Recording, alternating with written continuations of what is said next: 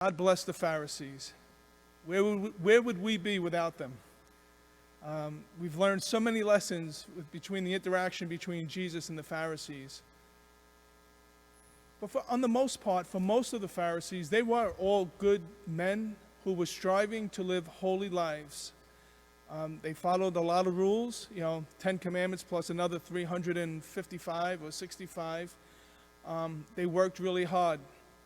The problem for the Pharisees was that along their way, they got lost because they became so focused on the law, and also a spiritual pride of trying to get people to see how holy I am, that they lost their way. And what Jesus is telling them here is, it's actually both. Many people read this and they think, okay, Jesus is just saying you have to be clean on the inside, and almost people take it as, don't worry about the outside. That's not the truth. The truth is it's both and.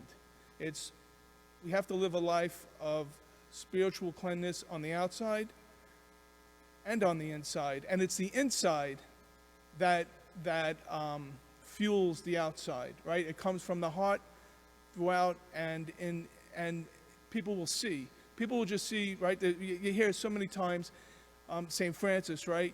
Go out and preach the gospel, and if necessary, use words, meaning that they could see by the way you live your life, is people will see your spirituality within you and your witness to God.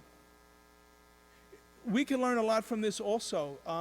We also can be blinded.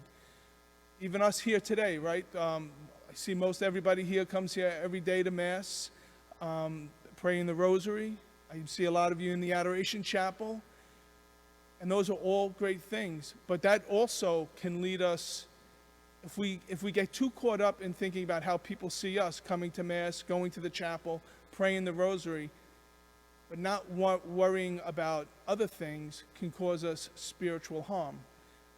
The point of what Jesus is saying here is the most important commandment is the law of love, right? Charity and love to all people at all times. That's how our heart becomes purified, and that should come out of us and show us on the inside to other people. So the key here is what Jesus is trying to point to the Pharisee is they lost sight of living God's number one commandment, the greatest commandment, love of God and love of neighbor.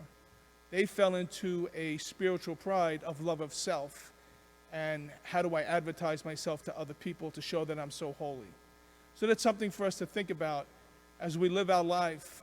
Are we living God's greatest commandment? Love of God first, and just slightly below, maybe not even really say, love of neighbor, right? Because love of neighbor is love of God.